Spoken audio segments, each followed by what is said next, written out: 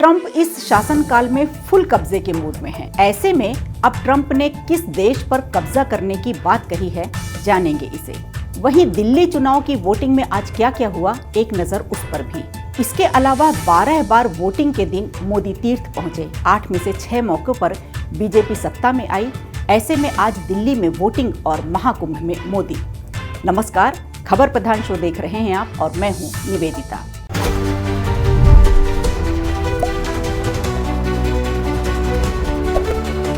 America दौरे पर पहुंचे इजराइल के प्रधानमंत्री बेंजामिन नेतन्याहू और राष्ट्रपति डोनाल्ड ट्रंप ने मंगलवार को एक ज्वाइंट प्रेस कॉन्फ्रेंस की। इस दौरान ट्रंप ने कहा कि गाजा में तबाही के कारण फिलिस्तीनियों के पास वहां से जाने के अलावा कोई विकल्प नहीं बचा। उन्होंने सुझाव दिया कि जॉर्डन और मिस्र इन फिलिस्तीनियों को अपने यहाँ शरण दे।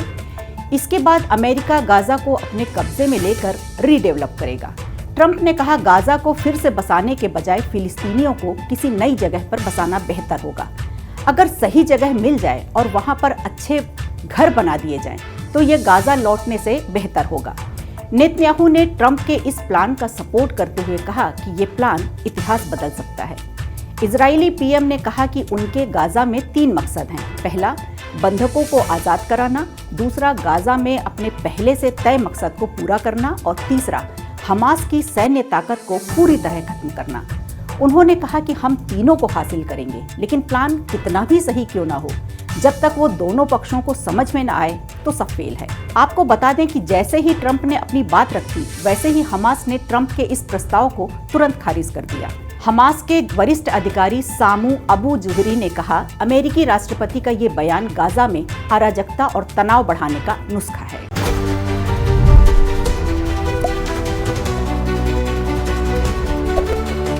दिल्ली चुनाव को लेकर चल रही वोटिंग के रंग में कुछ असामाजिक तत्वों ने भंग डालने की कोशिश की है।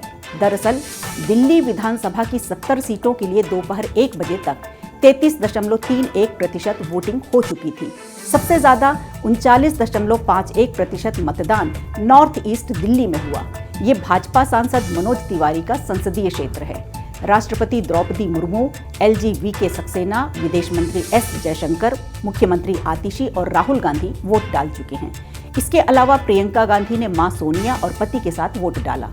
अरविंद केजरीवाल अपने माता पिता को व्हील चेयर पर लेकर वोट डालने पहुंचे। लेकिन इन सबके बीच भाजपा ने आरोप लगाया है कि सीलमपुर में बुर्के में महिलाओं से फर्जी मतदान करवाया जा रहा है। इस दौरान आप और भाजपा समर्थक एक दूसरे से भिड़ गए, जिससे हंगामा होने लगा। बूथ लेवल ऑफिसर ने माना कि किसी और के नाम पर दूसरे लोग वोट डाल गए। हालांकि दिल्ली पुलिस ने जांच में कहा कि नाम एक जैसे होने की वजह से कंफ्यूजन हुआ। इसके बाद यहां पुलिस जांच कर रही है। आप सांसद संजय सिंह ने कहा कि नॉर्थ एवेन्यू N ब्लॉक में 2000 से 3000 रुपए बांटे गए और लोगों की उंगलियों पर स्याही लगाई गई। ये सब चुनाव आयोग के नाक के नीचे हो रहा है। आपको बता दें कि वोटिंग के दौरान आपके 2 विधायकों के खिलाफ FIR दर्ज की गई। दिनेश मोहनिया के खिलाफ एक महिला ने फ्लाइंग किस देने का केस भी दर्ज कराया। ओखला विधायक अमातुल्लाह खान के खिलाफ आचार संहिता उल्लंघन का केस दर्ज किया गया है।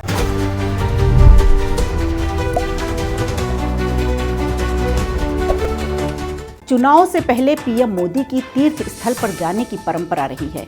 11 साल पहले प्रधानमंत्री बने मोदी अब तक 12 बार वोटिंग के दिन तीर्थ जा चुके हैं। इनमें से 8 में से 6 मौकों पर बीजेपी सत्ता में आई। 2025 के कुंभ स्नान के लिए भी मोदी ने 5 फरवरी का खास दिन चुना। आज ही दिल्ली में विधानसभा की 70 सीटों पर वोट डाले जा रहे हैं। आपको बता दें कि दिल्ली चुनाव से पहले हरियाणा में 90 सीटों पर सिंगल फेज में वोटिंग होनी थी। इसी दिन प्रधानमंत्री मोदी ने महाराष्ट्र के वाशिम जिले में जगदम्बा माता मंदिर में पूजा अर्चना की। मोदी ने मंदिर में नगाड़ा भी बजाया। फिर जैसे ही हरियाणा के नतीजे आए तो 90 में से 48 सीटें जीतकर बीजेपी ने लगातार तीसरी बार हरियाणा में सरकार बनाई। अब वहीं लोकसभा चुनाव की बात करें तो लोकसभा चुनाव के आखिरी चरण में 8 राज्यों की 57 सीटों पर वोटिंग होनी थी। मोदी 30 मई की शाम कन्याकुमारी पहुंचे। करीब 45 घंटों तक उन्होंने विवेकानंद रॉक मेमोरियल में साधना की। इस दौरान उन्होंने तमिल कवि तिरुवल्लुवर की 133 फीट ऊंची प्रतिमा के दर्शन किए। पीएम अलग अलग तस्वीरों में रुद्राक्ष की माला जपते ध्यान मंडपम में कॉरिडोर में बैठे और स्वामी विवेकानंद की प्रतिमा को नमन करते दिखाई दिए। इस बार भी मोदी ने कुंभ में डुबकी लगाई है। अब देखना यह होगा क्या दिल्ली में भी भाजपा का भगवा झंडा लहराता है या नहीं। खबर प्रधान में आज के लिए इतना ही। नमस्कार। वीडियो अच्छा लगा हो तो लाइक कीजिए, शेयर कीजिए और कमेंट बॉक्स में हमें जरूर बताइए।